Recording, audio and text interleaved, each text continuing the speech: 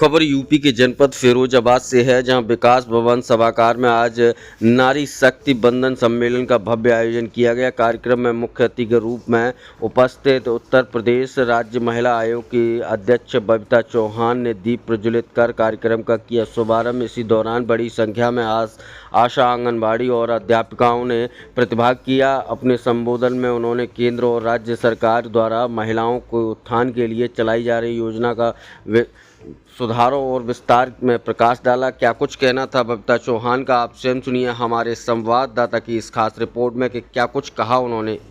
बहुत अच्छा निरीक्षण रहा और अब मैं कह सकती हूँ कि इस सरकार में तो जहाँ भी है वो जेल देख लें, आप इस तरह के सेंटर देख लें, वहीं देख लें कि कोई असुविधा है ही नहीं, सब कुछ बहुत परफेक्ट है। बस दुखद है तो यह है कि जो लड़कियाँ हैं यहाँ, बस मैं यही कहूँगी। 7 दबंगों ने मारपीट, महिला बच्चे को गोदी से लेकर बचाने की गुहार लगाती रही, मारपीट की जालौन में, वो गुहार लगाती रही। इस पर आप क्या करेंगे? मैं इस पे कहूँगी, वैसे तो मेरे पास आया नहीं है तो इसलिए मैं क्या ही कह सकती हूँ, पर मैं कहती हूँ जिन्होंने ऐसा व्यवहार किया होगा तो वो इंसान तो नहीं होंगे, दरिंदे ही होंगे जो इस तरह की हरकत की। अगर हमारे पास आएगा तो देखेंगे। मिर्जापुर में वकील की दिन दहाड़े हत्या कर दी गई, आप कैसे देखते हैं? किसको? मिर्जापुर में एक वकील की हत्या की गई है, उसका सीसीटीवी वीडियो भी सामने। बिल्कुल दुखद है, ये कोई पूछने के सवाल ही नहीं है। इसमें तो मुझे लगता है कि जो इस तरह की हरकतें करते हैं वो संवेदनहीन आदमी है या मानसिक विकृति वाले लोग हैं। महिला तो ऐसे तो कोई कर ही नहीं सकता। महिला आरक्षण पर विपक्ष कहता है कि मुलायम सिंह यादव हमेशा महिला आरक्षण के पक्ष में रहे। फिर तो ये तो अच्छी बात है ना। मैं कहती हूँ विपक्ष के पास कौन सा ऐसा तथ्य है जिससे वो कहेंगे कि महिलाओं के लिए आरक्षण के पक्ष में नहीं हो सकते? क्यों नहीं होंगे? और हैं, सब होना ही चाहिए। आज क्या उनकी पार्टी में महिलाएं नहीं है? उनके घरों में, उनके परिवार में महिलाएं नहीं है क्या? या उनके संगठन में महिलाएं नहीं है, उनकी पार्टी में महिलाएं नहीं है? तो विरोध कैसे कर सकते हैं? अगर जहाँ कोई दूसरी पार्टी भी अगर महिला को लड़ाएगी तो वहाँ अगर विरोधी हैं और विपक्षी हैं तो उनकी भी तो महिलाएं ही आएंगी ना। तो इसमें विरोध का क्या बात है? 33% आरक्षण मिल रहा है महिलाओं को। मैं माननीय प्रधानमंत्री जी का सभी पूरे देश की महिलाओं की तरफ से बहुत बहुत आभार व्यक्त करती हूँ और उनका बहुत धन्यवाद देती हूँ।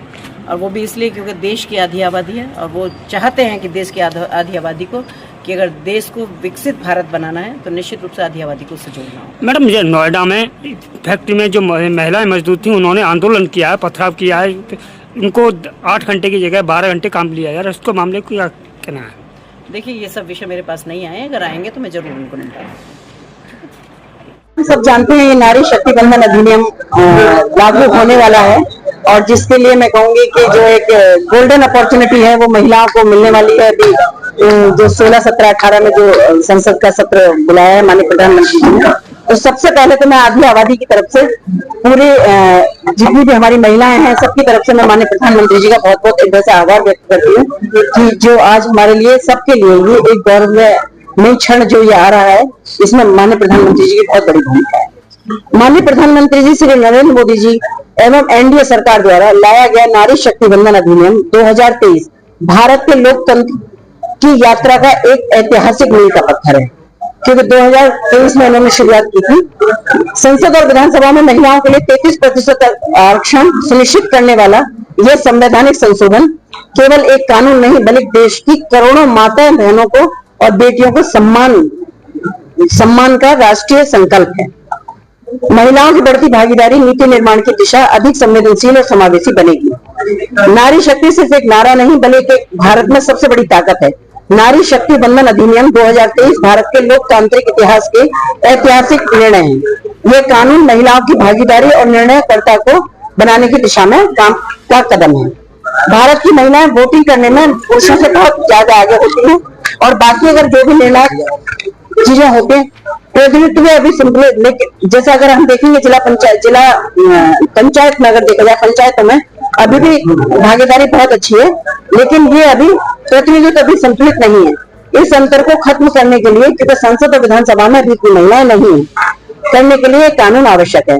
महिलाओं के नेतृत्व का प्रभाव वैश्विक एवं भारतीय संदर्भ, जब महिलाएं नेतृत्व करती हैं तो अर्थव्यवस्था तेजी से बढ़ती है, नीतियां अधिक समावेशी और संवेदनशील बनती है, शिक्षा, स्वास्थ्य, पोषण पर अधिक ध्यान जाता है।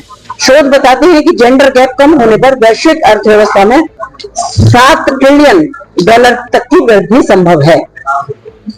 पिछले 10 वर्षों में महिला सशक्तिकरण का ठोस परिणाम 32 करोड़ से अधिक महिलाओं के बैंक खाते खुले, मुद्रा योजनाएं लगभग 68% लाभार्थी महिलाएं हैं।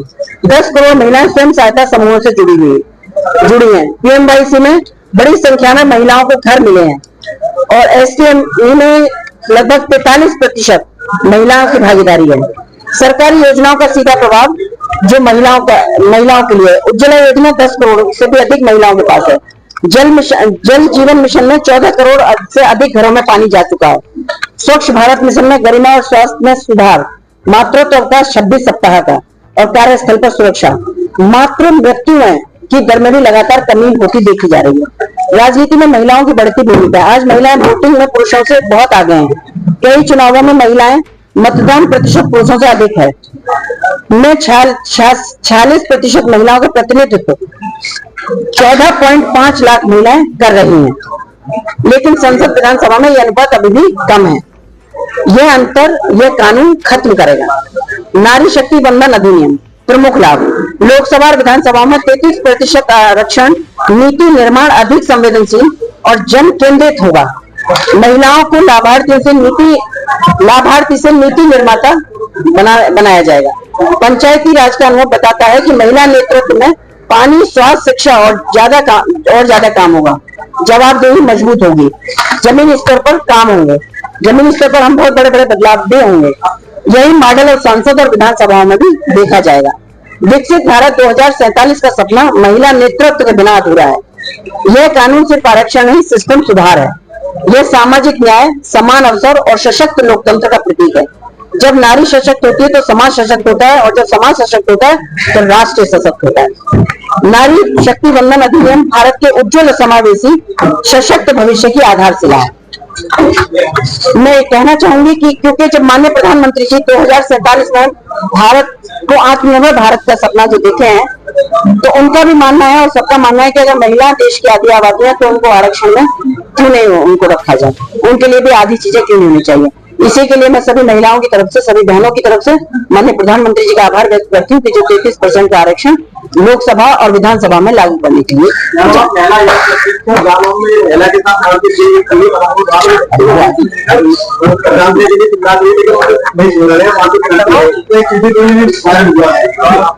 आप मुझे बताइएगा, मैं उनको भेजिएगा, मैं उसका समाधान।